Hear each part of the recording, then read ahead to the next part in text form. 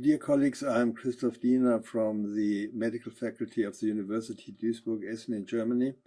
And this video deals with ESOC, European Stroke Organization Congress at the end of May in Munich. And I selected a few neutral or negative studies, which are nevertheless useful for the way how we treat patients with strokes. Let me start with the RESIST trial. There is a very interesting concept which was developed in cardiology, that if you perform ischemia to the arms, intermittent ischemia, this has a protective effect prior to major cardiovascular surgery and in acute myocardial infarction. And this concept was investigated last year in the RICA study in China. And this study showed that intermittent ischemia at both upper arms improved the outcome of ischemic stroke. Now, a study in the Netherlands tried to replicate this result in Caucasian patients. And they performed intermittent ischemia 4 to 5 times, 5 minutes with a blood pressure cuff with 200 millimeters mercury against sham, which was 20 millimeters mercury, out of hospital, pre-hospital, and in the hospital. And the primary endpoint was a modified ranking scale at 90 days. They had 406 patients in the sham group and 436 in the remote ischemic group.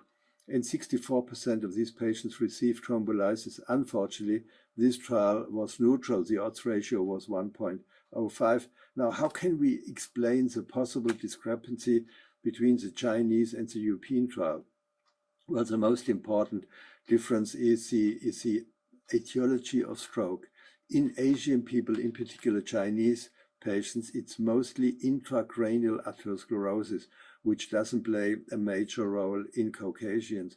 And the other difference between the two studies is that the Chinese, they applied ischemia on both arms, and the people in Netherlands only at one arm. So at the end of the day, we don't know finally whether remote ischemic conditioning really works in ischemic stroke.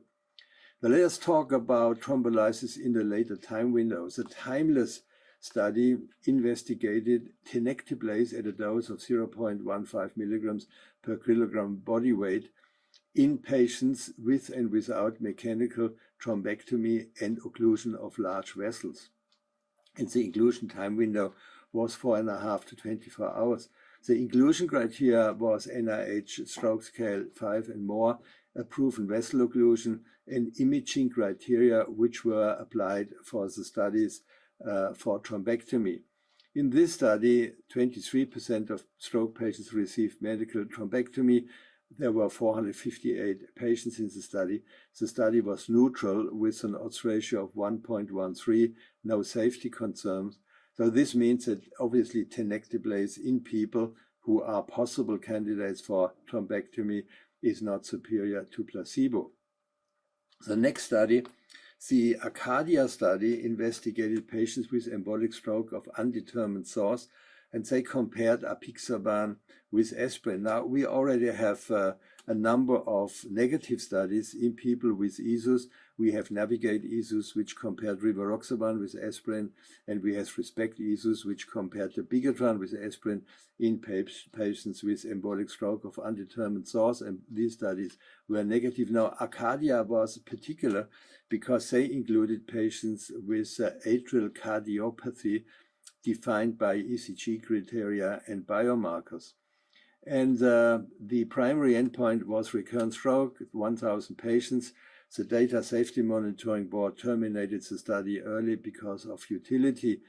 The primary endpoint was reached in both treatments arm by 4.4%, which clearly showed there was no difference in efficacy, no difference in secondary outcomes, and no difference in the bleeding risk. And this means patients with ESUS should be treated with aspirin and not anticoagulated.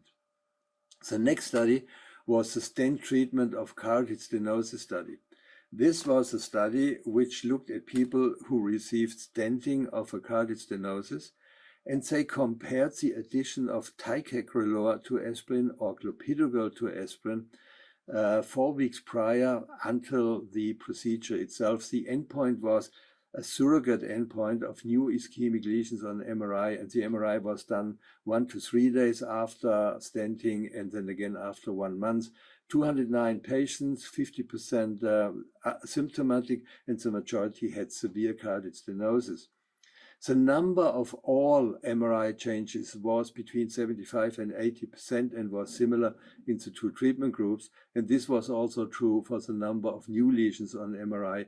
In terms of microbleeds or bleeds, there was no difference.